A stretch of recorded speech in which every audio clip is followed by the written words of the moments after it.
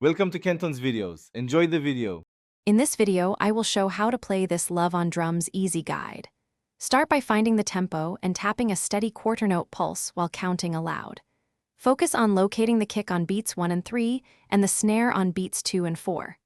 Practice the basic groove slowly, then add simple ghost notes and hi-hat variations as you gain confidence and timing. Start the basic groove slowly and stay relaxed in your wrists and shoulders. Count out loud as you play to lock in the pocket and maintain consistent time. Use a metronome and gradually increase tempo only when clean and comfortable. Keep the hi-hat light and controlled, and aim to make each snare hit and kick sound deliberate and musical for the song's feel. If you are finding this video helpful, please like and subscribe to support the channel and get more drum tips.